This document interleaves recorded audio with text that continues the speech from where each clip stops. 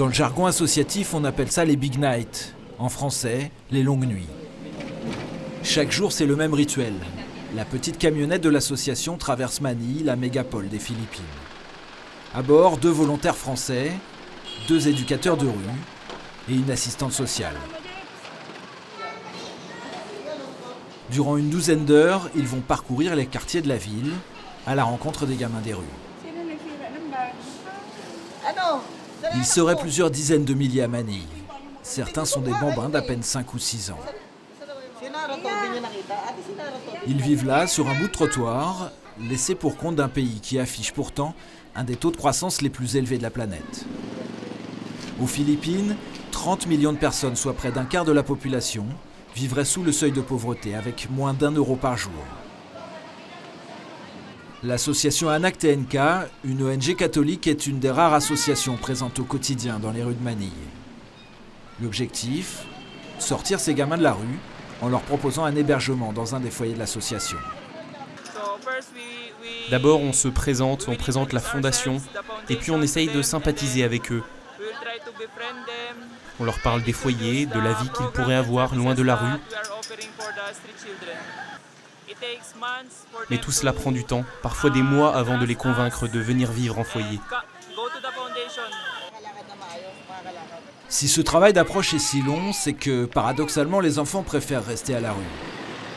Souvent en bande, ils y développent un sens de la survie hors du commun. En guise de coupe-faim, ces solvants qu'ils inhalent à longueur de journée. Le reste du temps, ils se débrouillent comme ils peuvent pour survivre. 90% d'entre eux auraient été abusés sexuellement. Ce soir-là, John Paul a retrouvé Rusty, un adolescent d'une quinzaine d'années qui a déjà fait de multiples allers-retours entre la rue et le foyer. Il semble au bout du rouleau. Patiemment, John Paul va le convaincre de quitter la rue. Je crois qu'il va accepter de venir au foyer. Mais c'est vrai que, comme il n'est pas stable, on va lui proposer d'aller dans une ferme que l'on a, loin de Manille. Il faut vraiment qu'il fasse une rupture radicale avec la rue. Pour les enfants de la rue, la nuit est le territoire de tous les dangers. C'est sans doute ce qui a motivé Rusty ce soir-là, quitter cet enfer. Il est 22h, après une longue traversée de Manille, Rusty va enfin pouvoir se poser au foyer de la Fondation. Un centre d'urgence ouvert 24 heures sur 24, 7 jours sur 7. Rusty connaît bien ce foyer. Il retrouve ses copains et surtout un toit et de quoi manger. Pour lui, le plus difficile commence à peine. Il va devoir trouver la motivation pour se stabiliser, ne pas retourner à la rue, sitôt requinqué. Le lendemain matin, on le retrouve lavé, coiffé et changé. Avec lui, ils sont une vingtaine de gamins arrivés il y a quelques jours ou quelques semaines.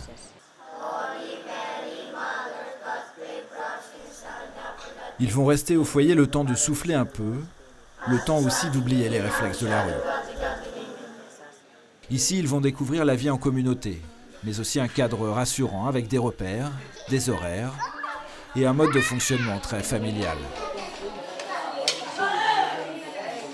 Lorsqu'ils arrivent, les premiers jours, ils sont un peu agités. Ils ont du mal à tenir en place. Et puis, au bout de 2-3 semaines, ils commencent à se poser. Ils retrouvent le sourire. Le père Mathieu Gaucher est un des fondateurs de l'association.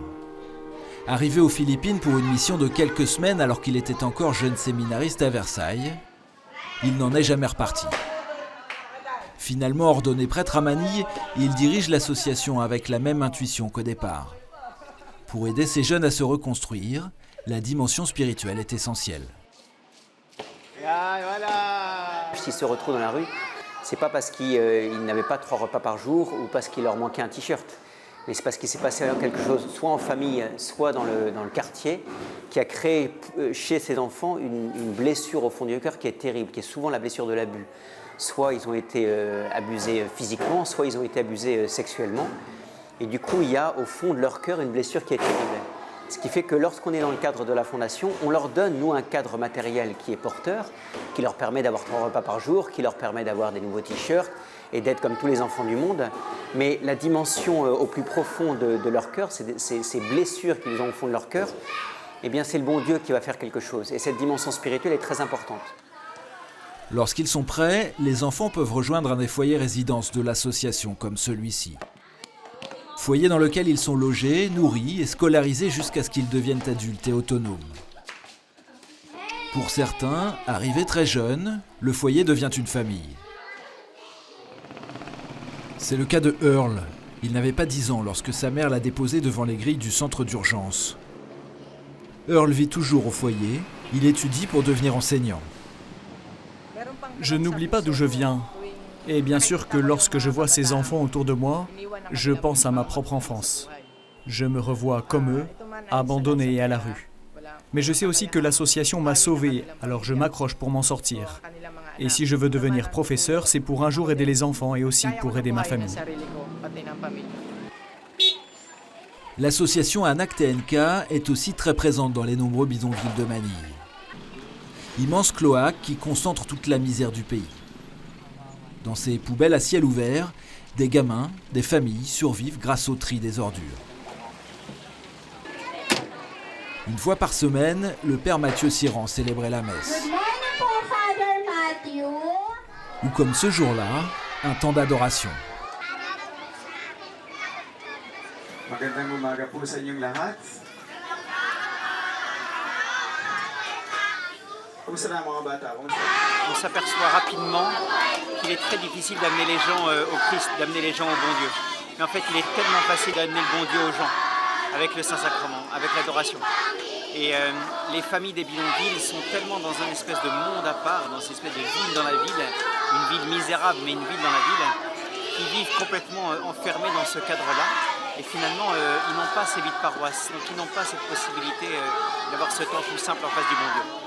Nous, dans le cadre de la Fondation, on vient essayer de donner un cadre matériel qui permet aux enfants de sortir de cette misère-là. Mais les blessures au plus profond de leur cœur, c'est le bon Dieu qui va venir les guérir. Donc il faut absolument qu'il y ait cette dimension spirituelle et cette espèce de cœur à cœur avec le bon Dieu. Et le temps d'adoration, il n'y a rien de plus extraordinaire. Cette année, l'association Anak TNK fête ses 20 ans.